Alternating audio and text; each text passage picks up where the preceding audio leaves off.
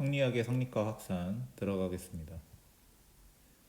성리학이라는 학문은 시기적으로 송나라 때 등장한 학문입니다. 송나라라고 하면 연표에서 확인할 수 있듯이 우리가 한참 배웠던 수나라, 당나라 이후에 등장한 통일왕조죠. 수나라, 당나라 사이에 5대 10국이라는 시대가 있는데 이 시대는 그 중국이라는 나라가 원래 통일국가가 한번 망하고 나면 혼란기가 한 번씩 찾아오잖아. 그 당나라가 망한 다음에 907년에 당나라가 망한 다음에 각지에서 독립적인 세력이 나오는 혼란기가 있었는데 960년에 건국된 송나라가 이 혼란을 수습했다 이렇게 얘기할 수 있겠죠. 그러면 이런 성리학이 등장한 배경이 뭐냐?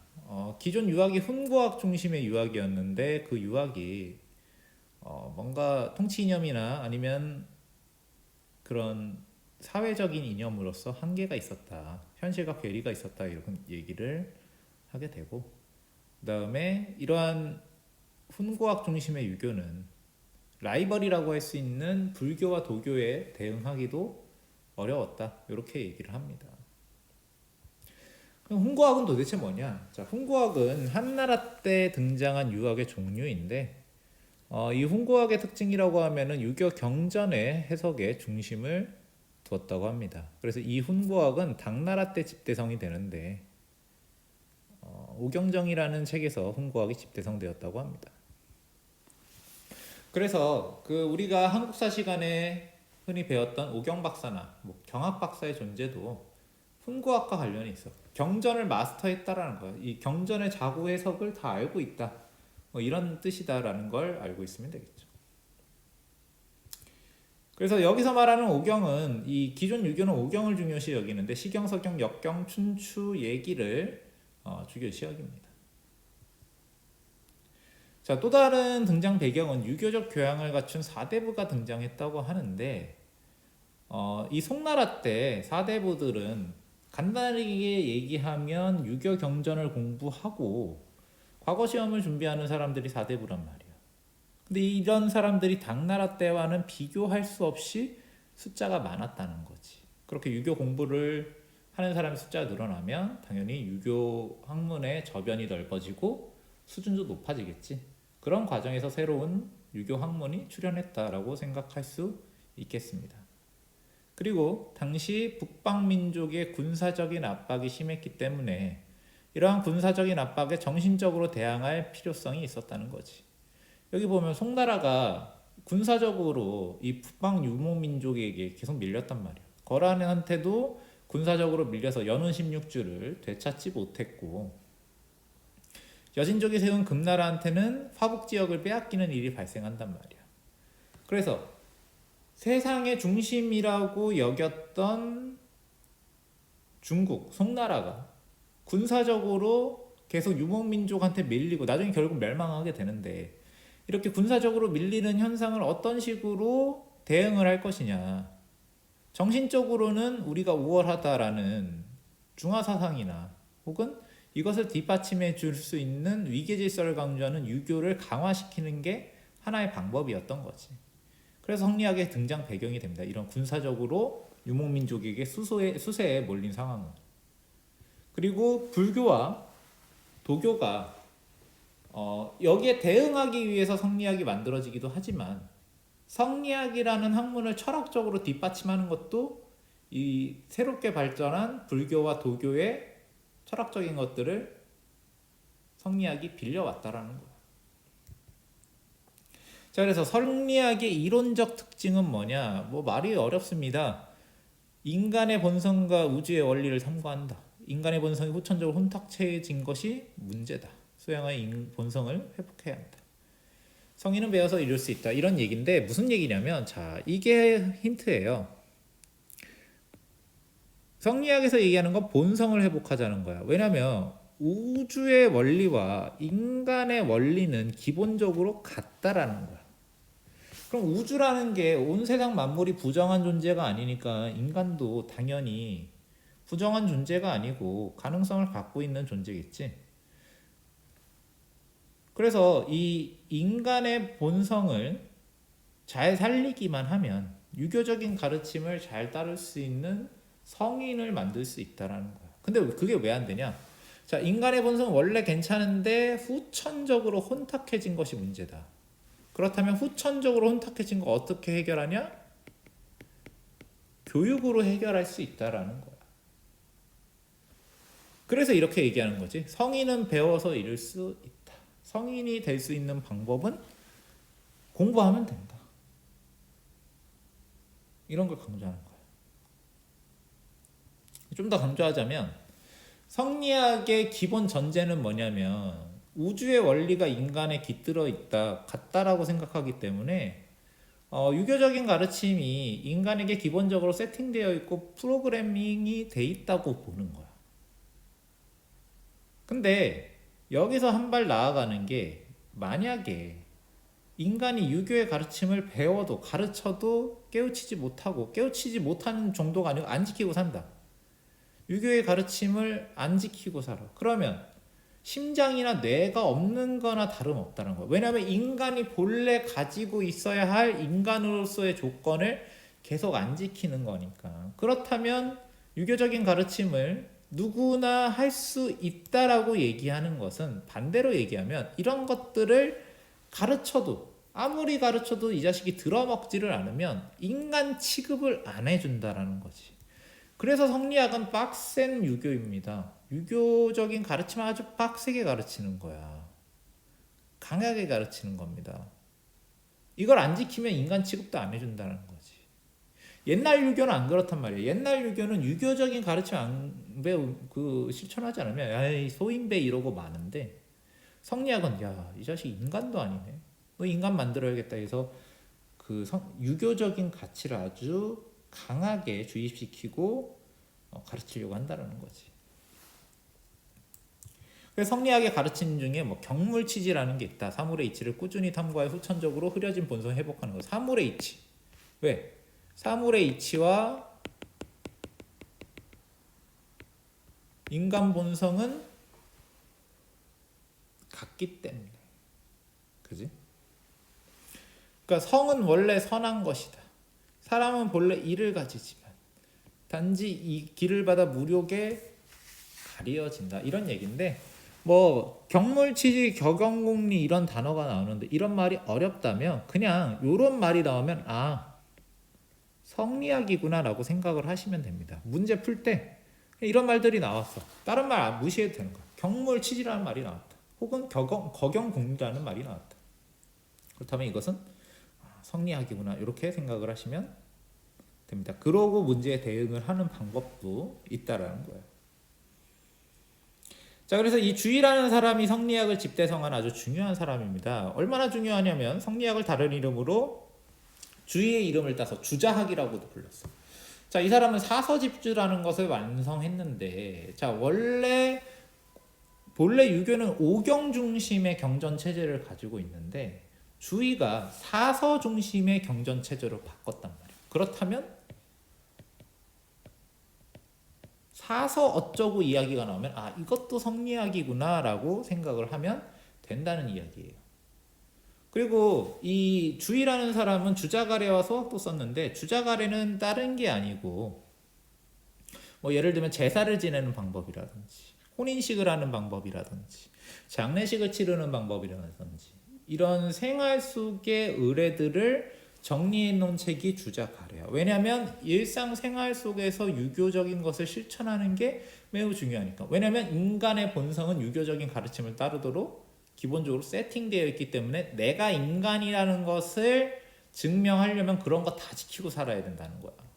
그래서 주자가래를 보면 이런 게 다 있단 말이야. 무슨 옷을 입어라 이런 것도 다 적혀 있다라는 거지. 그리고 교육기관은 서원이라는 게 있고 사회조직은 향약이라는 것이 존재하는데 소학 얘기를 빼놨네. 소학은 뭐냐면 어린 학생들에게 가르치기 위해 만든 경전이에요. 왜 어린애들에 대해서 교육하는 걸 중요시 여겼냐면 아까 얘기했지만 본성은 선한데 살면서 더러워진다니까 최대한 어릴 때부터 뭔가 교정하면 괜찮지 않겠냐 이렇게 생각을 했던 거지.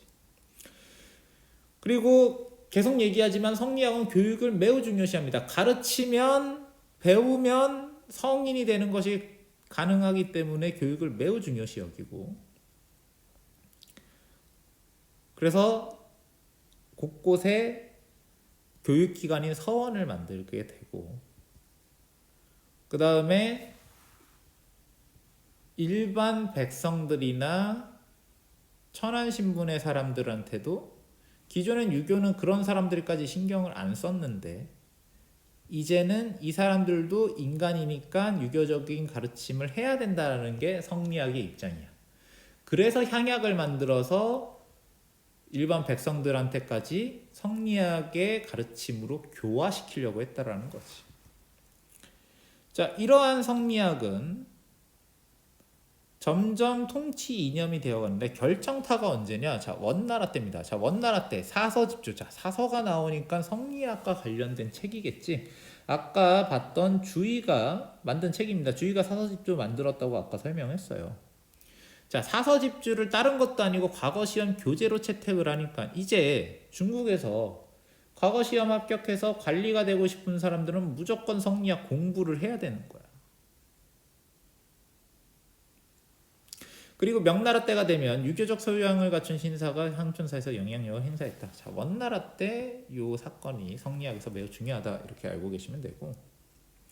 자, 근데 문제는 뭐야? 이렇게 과거 시험 과목이 되어버리면 옛날 훈고학이 가지고 있었던 문제와 똑같은 문제가 발생해. 이제 현실과 멀어지고 과거 시험 합격만을 위한 학문이 성리학이 되어버린단 말이야. 그래서 이 성리학을 비판하는 또 새로운 학문이 나타나게 되는 거지. 개인의 수양과 구체적인 실천을 중시하는 양명학이 등장하게 됩니다. 성리학을 마치 성리학이 훈구학을 비판했던 것과 거의 비슷한 비판을 하면서 양명학이 등장하게 된다는 이야기야. 자, 그래서 지금까지 얘기하는 게 어려웠다면, 그렇다면 여러분들이 문제를 풀고 싶을 거 아니야. 자, 문제를 풀려면 이렇게 대응을 하면 돼. 요런 말들이 나온다. 이걸 키워드 삼아서 알고 있으면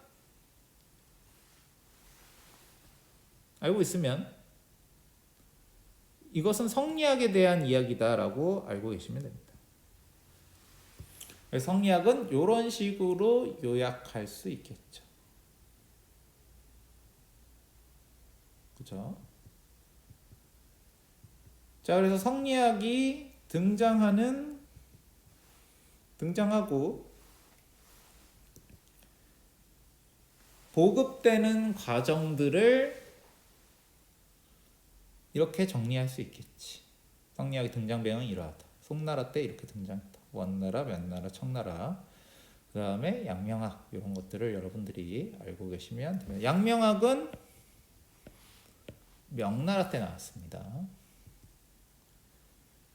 자, 그리고 이제 중국에서 성리학이 어떻게 발전했는지 봤으니까 이 성리학이 중국에 머무르지 않고 우리나라와 일본에까지 퍼지게 됩니다. 자, 고려가 성리학을 수용하게 되는데 13세기 말에 안양이 성리학을 수용하게 됩니다. 최초로 고려에 성리학을 들여온 사람 안양이라는 사람이야. 그리고 이재현이라는 사람이 원나라의 망건당이라는 곳인데, 이게 이제 고려의 춘선왕이 만든 뭐 학교 같은 곳인데, 여기서 이제 중국의 성리학자들과 교류를 하면서 성리학의 이해를 높였어. 그래서 이러한 성리학을 당시 새로운 지배층으로 떠오르고 있었던 고려의 신진사대부들이 성리학을 수용하게 됩니다. 그래서 성리학을 수용해서 어떻게 했느냐? 당시 고려의 문제점을 해결할 수 있는 새로운 학문으로 인식하고 받아들였다는 거지.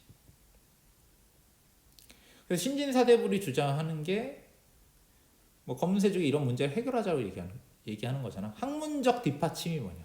성리학을 근거로 삼아서 이런 개혁안을 주장한다라는 거야. 자, 그래서 당연히 이 신진사대부들이 세운 조선이라는 나라는 성리학 중심 국가가 됐겠지. 그지? 그래서 조선의 통치 이념이 되었고 16세기 이후에는 사림이 등장해서 서원향약. 자, 서원향약이 나오면 성리학의 요소들이잖아. 근데 우리나라에도 서원향약이 이제 본격적으로 들어오게 된다라는 거야. 그래서 성리학이 사회 규범으로까지 확대되었다. 사회 규범이라는 것은 일상생활에도 이 성리학이 깊숙이 들어오게 됐다라는 얘기지. 자, 그리고 조선에서는 성리학이 계속 발전해서 성리학의 이론이 심화돼서 이제 중국과도 구별될 수 있는 독자적인 성리학 체계까지 만들게 된단 말이야. 나중에 분당까지 출연을 하게 되지만 이것도 역시 성리학의 학파가 달라서 정치 세력화까지 되는 거지. 그래서 이렇게 정리할 수 있을 겁니다. 고려 말에 처음으로 들어온 성리학이 신진사대부가 개혁 논리로 받아들였고 16세기가 되면 조선시대에 살인 중심으로 서원 향약과 유교 의례가 사회 규범화되다. 일상생활에까지 침투했다. 그리고 이희와 이황을 거치면서 성리학의 이해가 심화가 되고 이 이황 학파가 성립이 되는데 나중에 이 학파가 정치 집단화가 돼서 분당 정치가 진행이 된다고 얘기를 하죠. 자, 일본이 성리학을 수용하게 됩니다. 14세기 초에 일본에 처음 전해졌는데 처음에는 승려들의 연구 대상으로만 존재했어요. 그러다가 후지하라 세이카가 사서오경 외운이라는 걸 만드는데 이 후지하라 세이카는 조선에서 포로로 잡혀온 성리학자인 강한과 교류하면서 성리학을 체계화시킵니다. 그래서 이런 기록이 남아있지. 자, 이 성리학은 에도 막부 시기에 이르러서 통치 이념으로 주목받기 시작합니다. 왼쪽에 있는 사람이 강항이고 오른쪽에 있는 사람이 후지하라 세이카라고 해요. 자, 그래서 에도 막부의 성리학은 통치 이념이 됐기 때문에 아까 봤던 후지하라 세이카 이외에도 하야시 라잔이나 야마자키 안사이 같은 사람들이 이 성리학을 계속 발전시키게 됩니다. 그래서 하야시 라잔은 아까 봤듯이 막부의 제도와 의례를 정비했다. 그렇죠? 여기 보면 이렇게 얘기하잖아요. 성리학적 질서를 이렇게 강조를 하는 거고요. 그 야마자키 안사이라는 사람도 역시 상하 질서를 매우 절대화시킵니다. 후지하라 세이카, 하야시 라잔, 야마자키 안사이 이런 사람들인데 여기 보면 강항이라는 사람과 교류를 했는데 강항이 이황의 제자란 말이야. 그래서 일본에서는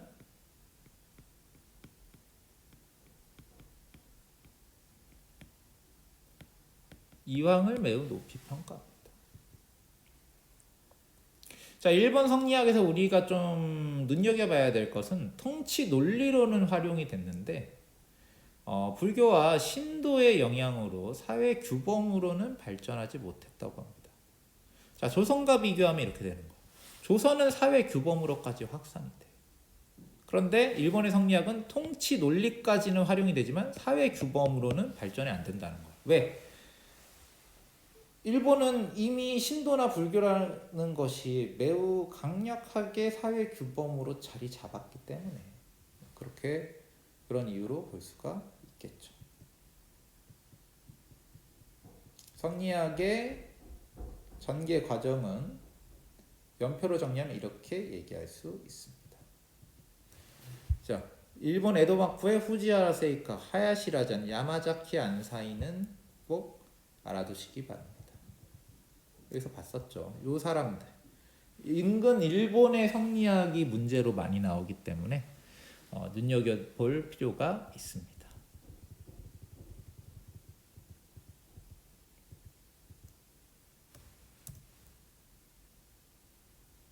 여기까지 하겠습니다.